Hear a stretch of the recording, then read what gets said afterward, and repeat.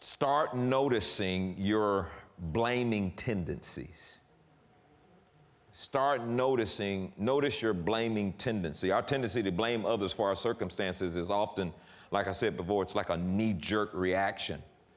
Therefore, I believe that the first step in building ownership is to notice this initial response, the initial one, and then acknowledge the part we have played in the situation. So the next time things don't go your way or an unfortunate situation arises, you can take a moment and you can assess your contribution by asking, what is my role in this? What is the role that I play in this? And so as a result of that, it's not automatically blaming that person, but you're like, oh, I've located the tendency I have when this particular thing is done, or when I hear this particular thing, or when I see this particular thing. In other words, why am I so quick to blame somebody else? Okay, locate those things that are happening. And what happens and when you face a challenging situation? I'm not going to ask who's faced a challenging situation. I mean, the whole wake up in the morning is a challenging situation, okay, ahead. So rather than taking a defeatist type of stance, and then shutting down your options by saying, I can't, what you need to do is try flipping the self-talk by asking yourself, how can I? Versus, I can't do this, how can I do this? Okay? How can I make this thing? How can I do better? How can I respond in a better way? Number 2, practice your power of choice because you have one. Practice your power of choice. When we lack ownership and fail to take responsibility, we tend to fall into the passive trap of saying, I don't have a choice. I don't have a choice. You ever heard that before? So we always have a choice. You know that, right? We always have a choice. Even when we do not actively choose, we're still choosing by default. And so by acknowledging our options, we ingrain in a sense of personal responsibility, and we develop conscious decision-making when you begin to put up into your thinking, I have a choice, versus, well, I don't have a choice. Now all of a sudden, you're in a situation where you just allow things to stay the same. When you say you don't have a choice, that sounds like you're not taking ownership, right? It sounds like I'm not really taking ownership for this. I don't have a choice, and that's not really the truth. Let me give an example. Let's say perhaps you tell yourself you're too tired to go to the gym at the end of a long day. Can I get a witness? That's why I get up in the morning, get it out the way. You understand? I'm just too tired to go to the gym.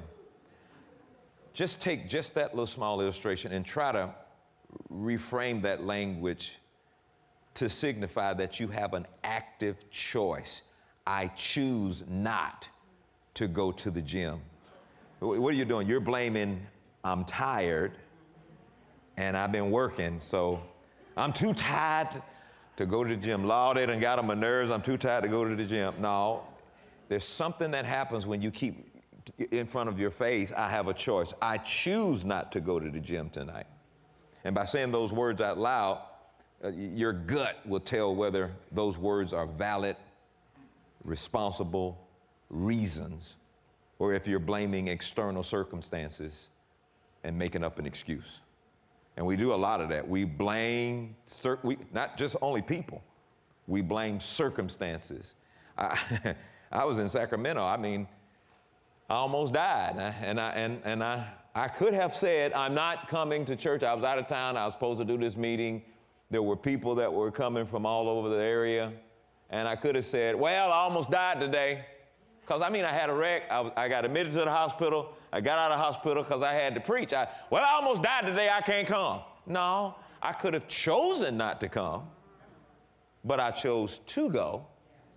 And that's power. That's power. That's ownership.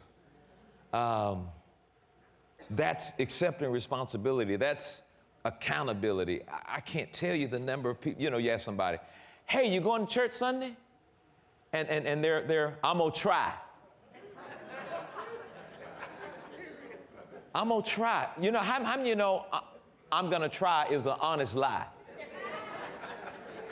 And that's kind of a weird way to say an honest lie. It's a lie. Because what you're doing is you're searching for an excuse as if you don't have the power to own it.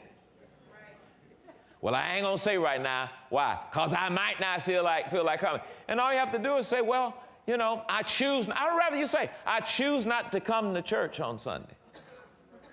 And I'm gonna ask, well, why? I just choose not to. You're still owning something, rather than, well, Pastor, I would have been there, but the time changed. It was rainy, and then, it was cold that morning, too. See, you're rehearsing those things in just that area, and it has a tendency to show up in other areas of your life. And when you need to be taking ownership of certain things, you won't take ownership of those things. You keep blaming it on your past. You blame it on your parents. You blame it on your economic situation. You blame it on, who was in the house. You were in the sink. And you're never going to really, see things change as long as you can keep pulling up stuff to blame or circumstances to blame. This is not too hard for y'all. Y'all good with this now? Y'all you ain't mad at me. Some of y'all looking at me like,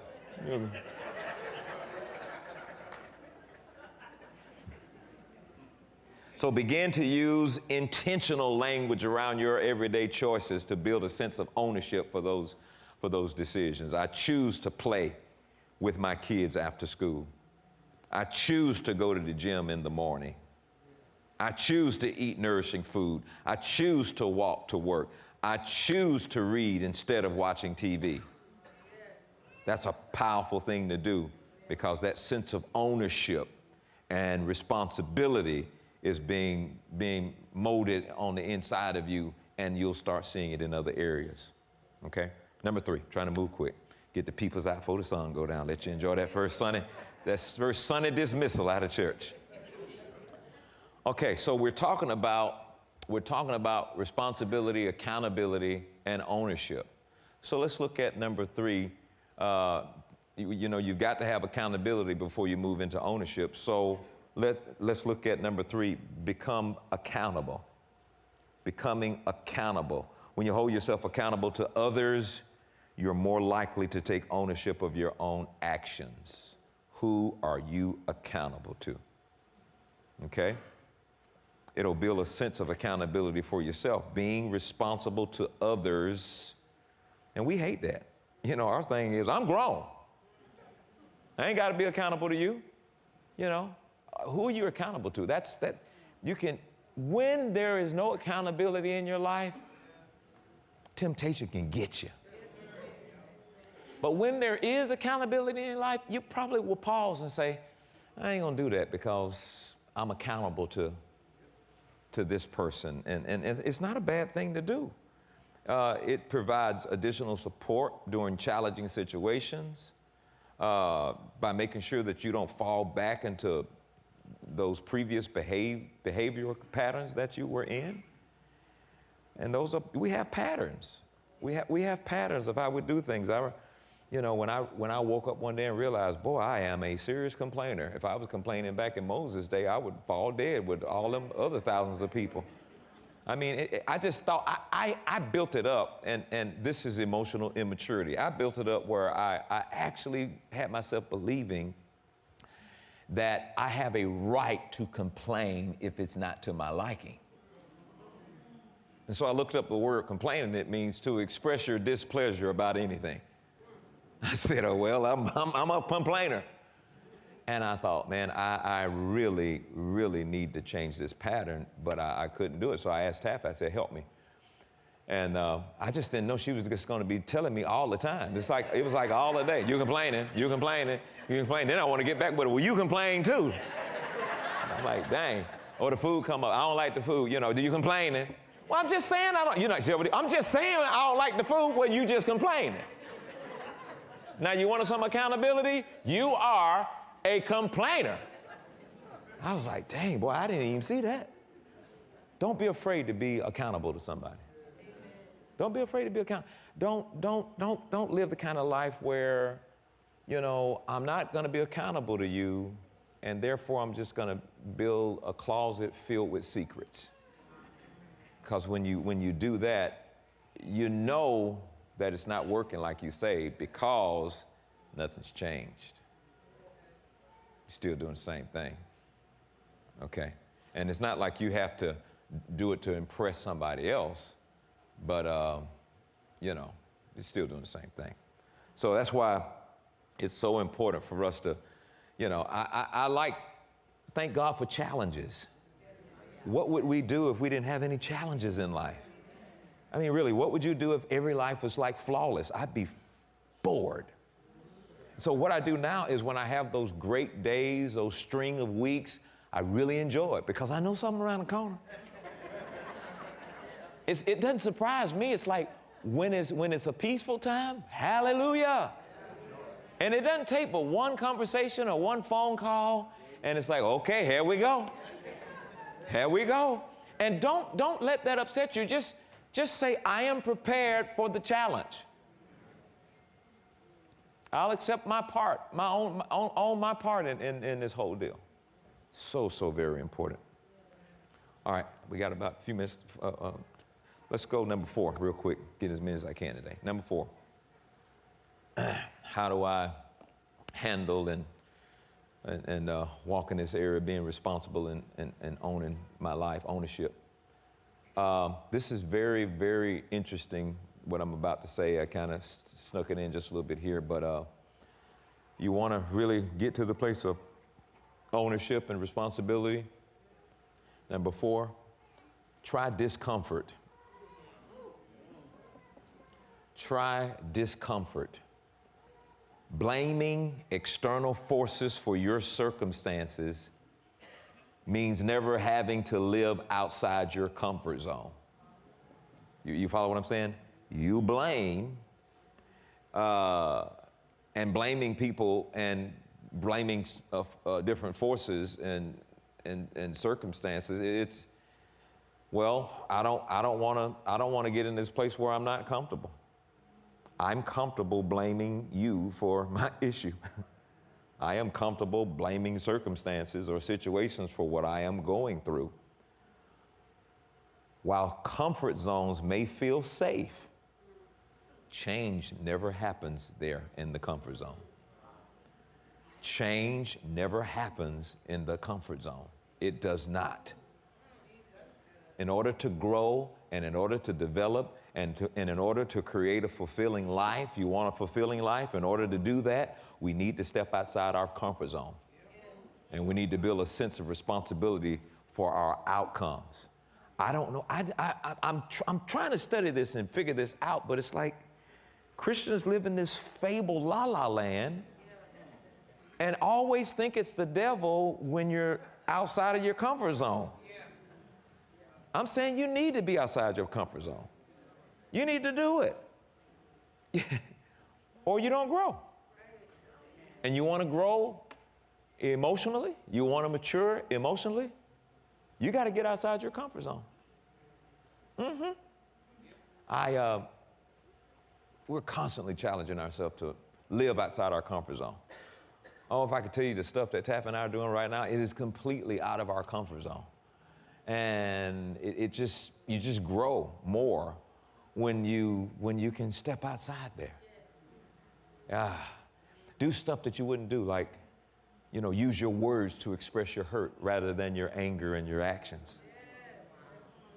You know, I need to let you know, didn't have to be an argument, but when you did that, it hurt my feelings. I'm good. Don't need no response.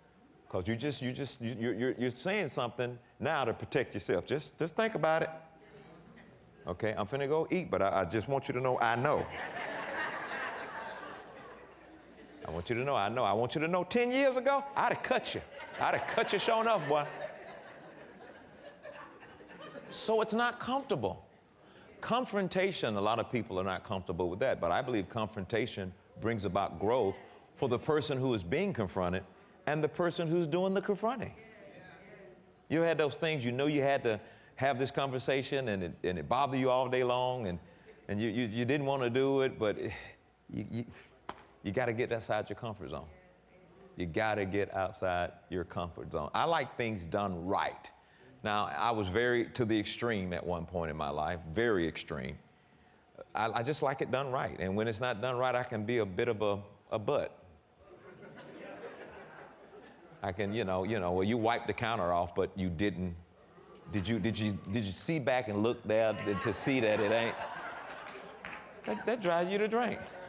And my wife, she know how to handle me. She said, I'm grown. Listen, man. You got to get outside your comfort zone, man. Because there's a thing I learned. If you don't like the way somebody else do it yourself. And that's what I do. I do it myself. I don't like the way you wash dishes. I look at the fork. I'm like, did you see this on the fork?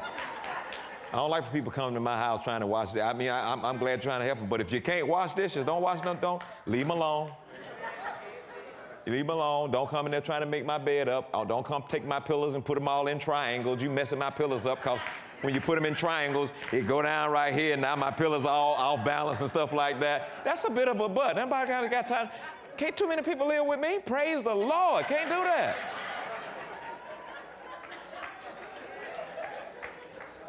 But I was with Fred Price, Dr. Price, when he was alive, and he ordered this. I've never heard of this. He said, could I have I think it was a ginger ale or a Coke with some grenadine? And I'm like, oh, all right. Let me see what you got there. Let me see what you're doing, Doc, doing.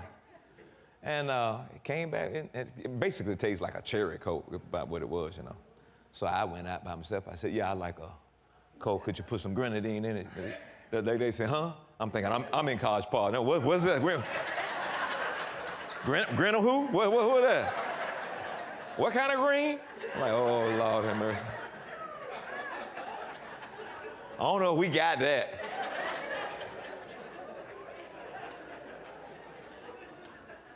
But I remember I was very disturbed because, what do you mean you don't know what that is? And it's just, but you've got to step out of your comfort zone and you've got to be able to say, you know what? Let me do some things that are outside of my comfort zone, okay? Like be nice.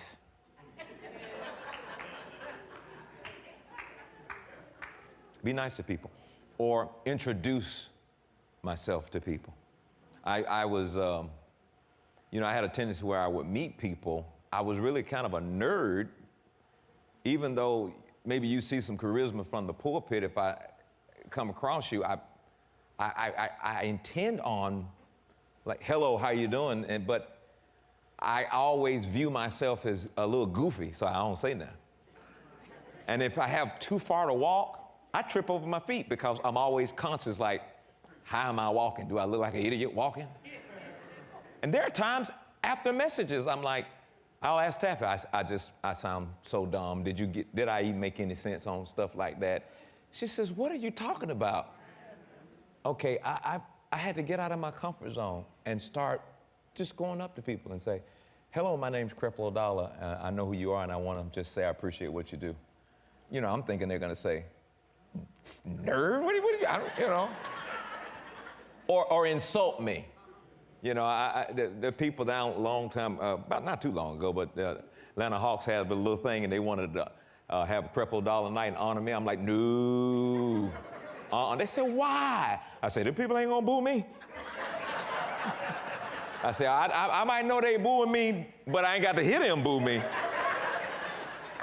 I had issues, man. I had issues. And let me tell you something. Some of your best friends could be like 2 steps away from you if you're willing to step out of your comfort zone. Your wife could be 2 steps away from you.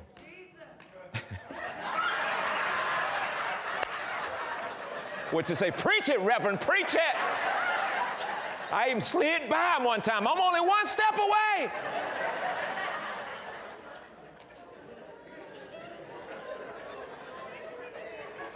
That is, it's an interesting thing for you to think about. Go home and locate your comfort zone. And then ask yourself, all right, challenge yourself to step outside your comfort zone. There's no growth within the comfort zone. Please hear me. There's no growth in the comfort zone. Step outside it. Ask God to help you. I want to challenge y'all, man. We have to enjoy this life. I'm trying to get you to see, learn how to live.